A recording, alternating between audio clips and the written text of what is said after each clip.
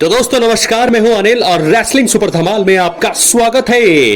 तो दोस्तों WWE के सबसे खतरनाक रेसलर की बेटी का रिलेशनशिप आया है सामने, सोशल मीडिया पर मचा है बवाल। तो दोस्तों द पेस ब्रॉक लेसनर की बेटी माया लेसनर और NFL के नए खिलाड़ी ड्रू मास ने अपने रिश्ते को सार्वजनिक यानी कि पब्लिक कर दिया है। माया ने ट्रैक एंड फील्ड में अपना बहुत ज्यादा नाम कमाया है और हाल ही में एक बड़ा कॉलेज एथलेटिक्स खिताब भी जीता है। ड्रू मैस ने इंस्टाग्राम पर उनकी तस्वीरें शेयर करके इस रिश्ते की पुष्टि की है। दोस्तों आपको बता दें कि NFL के इस खिलाड़ी ने तस्वीरों के साथ कैप्शन में हमेशा के लिए शादी की तारीख लिखा और एक दिल का इमोजी भी बनाया। माया लेसनर ने भी कमेंट सेक्शन में मेरे हैंडसम आदमी लिखकर रिश्ते की पुष्टि कर दी है। इस खबर से माया लेसनर और ड्रू मास के फैंस बहुत खुश हैं और उन्हें भविष्य के लिए शुभकामनाएं दे रहे हैं। दोनों ही अपने अपने क्षेत्र में अपने अपने फील्ड्स में अच्छा काम कर रहे हैं और अब एक साथ अपनी जिंदगी बिताने के लिए पूरी तरह से तैयार हैं। दोस्तों माया लेसनर ने हाल ही में NCAA outdoor track and field championship में महिलाओं के शॉट पुट में जीत हासिल की है। अमेरिका के राष्ट्रपति डोनाल्ड ट्रंप ने भी माया लेसनर को उनकी जीत पर बधाई दी। माया लेसनर ने NCAA outdoor track and field championship में शानदार प्रदर्शन किया था। उन्होंने अपने पहले ही प्रयास में 19.01 मीटर का थ्रो करके शॉट पुट में गोल्ड मेडल जीता है। उनके पिता द पेस ब्रॉक लेसनर भी हैवर्ड फील्ड यूजीन ओरेगन में मौजूद थे और उन्होंने अपनी बेटी को जीतते हुए देखा। दोस्तों इस जीत के साथ माया लेसनर 2005 के बाद पहली ऐसी एथलीट बन गई है जिन्होंने आउटडोर इवेंट में गोल्ड मेडल जीता है।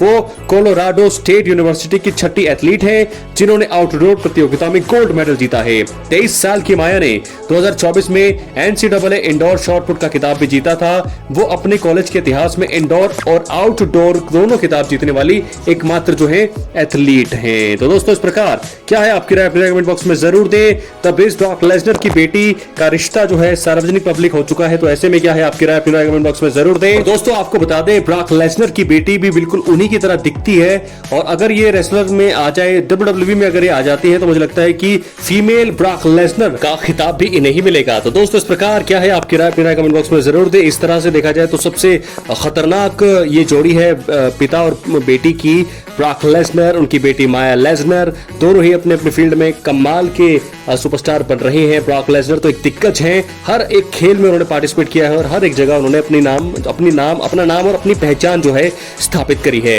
तो ऐसे में ये खुशी की बात है ब्रॉक लेसनर से जुड़ी हुई। दोस्तों ये कुछ अपडेट थी मैं क्या आपके सामने शेयर कर देता हूं। तो ऐसे में क्या लगता है आपको मेरे कमेंट बॉक्स में जरूर दे। ब्रॉक लेसनर के जो दामाद है तो सबसे ज्यादा खुशी होंगी उनको कि अगर कोई उनको कुछ कहेगा भी तो ब्रॉक लेसनर को वो बोल सकते हैं, और सबसे ज्यादा दुख उनको भी है क्योंकि अगर उन्होंने कुछ किया उनकी बेटी के साथ तो आगे जाकर के उनको भी दिक्कतों का सामना करना पड़ेगा। क्या है आपकी राय अपने कमेंट बॉक्स में जरूर दे। और इसी के साथ एक और बड़ी अपडेट AJ स्टाइल्स को लेकर के आ रही है। TNA में होगी WWE के इस दिग्गज रेसलर की वापसी। एक समय रह चुका है सबसे बड़ा नाम। तो दोस्तों WWE superstar AJ styles TNA में वापसी कर रहे हैं। AJ स्टाइल्स 2002 से 2013 तक TNA के साथ थे। वे इस प्रमोशन के शुरुआती लोगों में से एक बने। उन्हें मिस्टर TNA के नाम से भी जाना जाने लगा।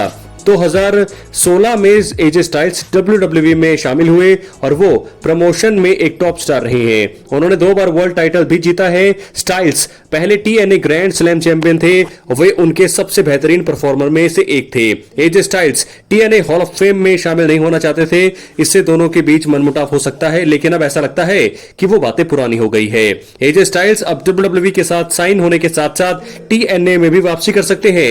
PW इनसाइडर के अनुसार AJ स्टाइल्स की TNA में वापसी को लेकर अंदरूनी चर्चा चल रही है। उनकी वापसी स्लैमिवर्सरी इवेंट के दौरान हो सकती है। TNA के अध्यक्ष कार्लोस सिल्वा ने स्लैमिवर्सरी के दौरान AJ स्टाइल्स की वापसी को लेकर काफी संकेत दिए हैं और एक टीजर आ रहा है यूट्यूब पे या किसी भी सोशल मीडिया प्लेटफॉर्म पे आप जाकर के देख सकते हैं कि वहां पर AJ स्टाइल्स की वापसी को बताया जा रहा है। तो WWE सुपरस्टार AJ स्टाइल्स स्लैमिवर्सरी में आ सकते हैं, इसके संकेत जो है मिल चुके हैं। फाइटफुल सेलेक्ट की रिपोर्ट है कि TNA स्लैमिवर्सरी में AJ स्टाइल्स की उपस्थिति निश्चित नहीं थी, लेकिन कम से कम एक व्यक्ति को यह लग रहा था कि यह होना चाहिए। उस व्यक्ति को लग रहा था कि दिग्गज वहां होंगे। अब यह देखना बाकी है कि AJ स्टाइल्स के लिए चीजें वहां पर कैसी होने वाली है। दोस्तों AJ स्टाइल्स की TNA में वापसी की खबर से फैंस बहुत ज्यादा एक्साइटेड हैं। AJ स्टाइल्स TNA के सबसे लोकप्रिय सितारों में से एक थे। उनकी वापसी से TNA को काफी फायदा हो सकता है। AJ स्टाइल्स अभी भी WWE के साथ जुड़े हुए हैं, ऐसा नहीं है कि उन्होंने कॉन्ट्रैक्ट खत्म कर दिया है, लेकिन वो जुड़े हुए हैं। ऐसे में यह देखना अब दिलचस्प रहेगा कि वो TNA में किस भूमिका में नजर आते हैं। क्या है आपकी राय कमेंट बॉक्स में जरूर इसी के साथ बढ़ेंगे हम अपनी अगली स्टोरी की तरफ। दोस्तों जो जुड़ी है CM पंक से, आपको बता दें कि CM पंक ने खुलासा कर दिया है कि WWE के फॉर्मर चेयरमैन विंस मैकमैन ने उनकी कंपनी में वापसी को बर्बाद किया था और यह घटना सर्वाइवर सीरीज 2023 में उनकी शानदार वापसी से कई साल पहले हुई थी। पंक अगले महीने न्यू जर्सी में समर स्लैम में WWE वर्ल्ड हैवीवेट चैंपियनशिप के लिए गुंथर को चुनौती देंगे और उन्होंने बताया है कि 2018 या 2019 के आसपास मैकमैन और WWE के वर्तमान chief operating officer triple H के साथ उनकी एक सीक्रेट मीटिंग हुई थी। इस मीटिंग में WWE में संभावित वापसी पर उनकी चर्चा हो रही थी। दोस्तों आपको बता दें पंक ने यह भी कहा कि उनकी हुई थी लेकिन ये काम नहीं कर पाया। उन्होंने मैकमैन पर गोस्टिंग करने का आरोप भी लगाया। फॉर्मर WWE चैंपियन यानी कि CM पंक ने यह भी बताया कि मैकमैन व्यक्तिगत रूप से उन्हें बिचौलियों को हटाकर सीधे बात करने के लिए फोन कर रहे थे, जबकि पहले वो अपने एजेंटों के माध्यम से उनसे संपर्क करते थे।